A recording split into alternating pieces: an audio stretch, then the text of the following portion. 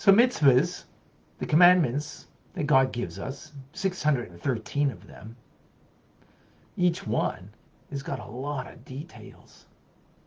And to get the details, down pat, you've got to study and know them. Even a simple mitzvah like putting on tefillin, or a simple mitzvah like, lighting Shabbos candles. There's details on how to do everything properly.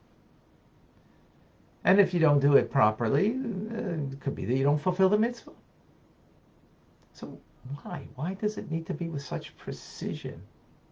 Isn't the fact that we're doing something for God itself the thought that counts?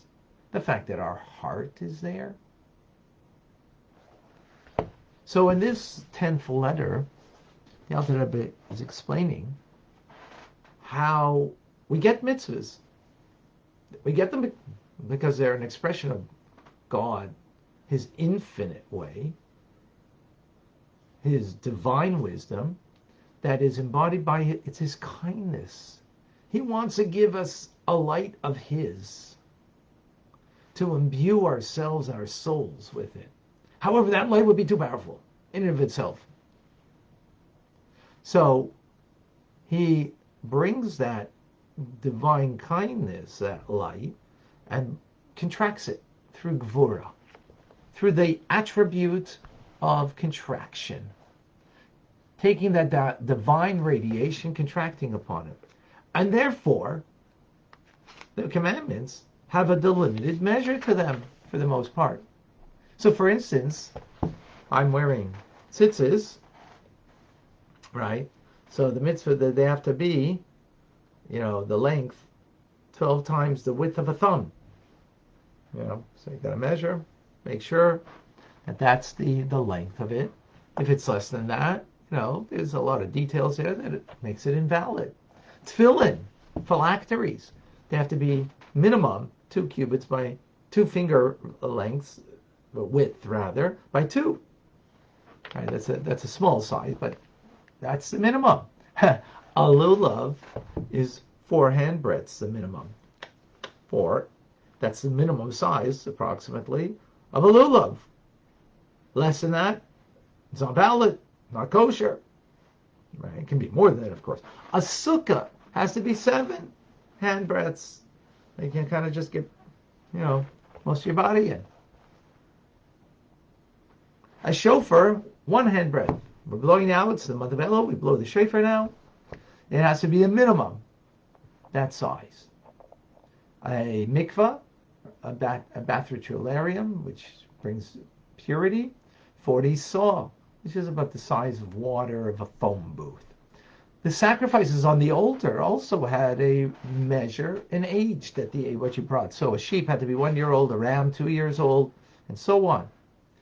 Even when it comes to charity, tzedakah, there too, that kindness that you do with your money, even though it's one of the pillars that God created the world with, that it stands upon, as the verse says, Elam Chesed Yibane, a verse in Tehillim and Psalms, that the world is built on kindness. Nevertheless, the measure of how much you should give of your money is a maximum of 1/5, 20% of your money, of your income. Not of what's left over after you've, bought everything for yourself, but of your income, right? And the minimum, which would be 1/10. That's the minimum to give. This kind of kindness is called chesed olam. It is chesed, kindness of the world, meaning it's a measured amount of charity that brings down a measured amount of God's kindness. Measured because it's gone through God from His kindness through Gvura, severity, contraction. So it's a delimited amount, right? So, in other words, all of the reasons why we do, how we do the mitzvahs, because they're coming through the contraction of the divine Gvura, attribute of Gvura, of restraint, holding back, contracting upon the infinite light, that therefore it defines now the mitzvah in a delimited manner. So even charity, which is an act of kindness, is also done in such a way. So this mitzvah then of being charitable, being kind, being that we do a limited form of it, meaning 10 to 20%, therefore what we elicit on high is also a limited form of divine light. Right? A limited form of divine light. Now, so charity then is just like all other mitzvahs have the limiter to it. It too does. That's the kind of light that therefore we draw into this world. In other words, every mitzvah we do brings a connection to God. What does it mean, brings connection? That we elicit from God his kindness. What does it mean, his kindness? Not that he's giving me a nice gift today of, no, he's giving me him. It's a lot, much bigger gift than, oh, hi, he threw me a candy. It's really nice when you get a candy from somebody, right? But how about if you got the person themselves? Isn't that better? But we're childlike, so we'd rather have candies, right? Now, candy for a little child is a candy. For a big child, it's, oh, wow. My father gave me a car. Oh, I'm a college student. Wow. My father gave me whatever, set me up in business. Just wonderful. But that's not the gift. The gift is your father. You got a father. We make a mistake about that. Think about it for a moment. So what is God giving us? He's giving us him when we do a mitzvah.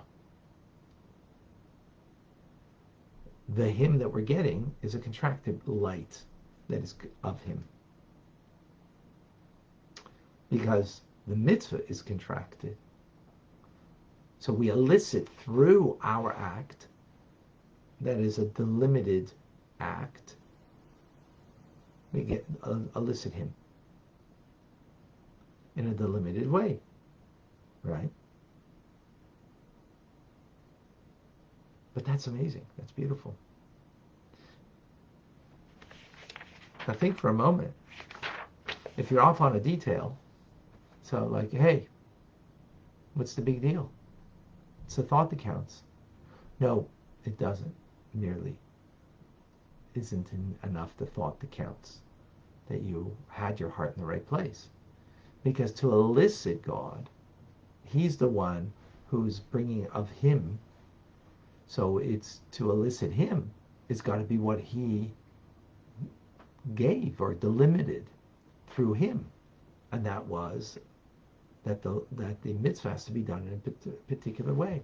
By metaphor, if you want to connect to another individual and you write an email to them to connect with them with warm words, loving words, and you write .com, but you forgot the dot. You forgot a stupid little thing like a dot. You get very frustrated. Come on. I wrote everything properly except for one stupid dot. And because of that, I'm not connected. Imagine you're going to kick your computer and you're going to get angry at your computer because you stupid computer, you didn't connect. My message didn't get there just because of a stupid dot. Yeah, because of a stupid dot, you don't get connected. Your email didn't get to your friend that you were expressing your love towards that friend. Same thing as with God. If we didn't do the mitzvah the way he says to do the mitzvah, as it's delimited through the attribute of Gevurah, then we don't make the connection. So yes, we can make the connection. How? By doing it the way God said. So when it comes to charity, 10 to 20%, we fulfill the mitzvah appropriately, but that's a limited form, right? Just as all mitzvahs have a limitation to it. right? The tefillin have to be between the eyes. Every day when I put on my tefillin, I go to somebody to make sure they're between my eyes, because sometimes they're just, a little off. Now, a little off, they might still be kosher, but if it's sitting over here, not between my eyes, right? Yeah, but I was praying with great concentration. That's why I didn't even notice. Hey, you missed the dot in .com. You didn't notice. You only meant well. So of course you didn't. You didn't make the connection. The email didn't go through. So it's about a fact. It's not about feelings. I know that might not be so PC today, but hey, we're learning the truth, Tanya. So therefore, the mitzvahs have to be done in the appropriate and precise manner. That creates the connection. But the beautiful thing is over here is that we elicit through our act of the mitzvah the connection that now brings down a divine light of divinity. That we elicit that through the mitzvah to bring that into this world, and that illuminates our soul, that we are connected, illuminates the world at large likewise.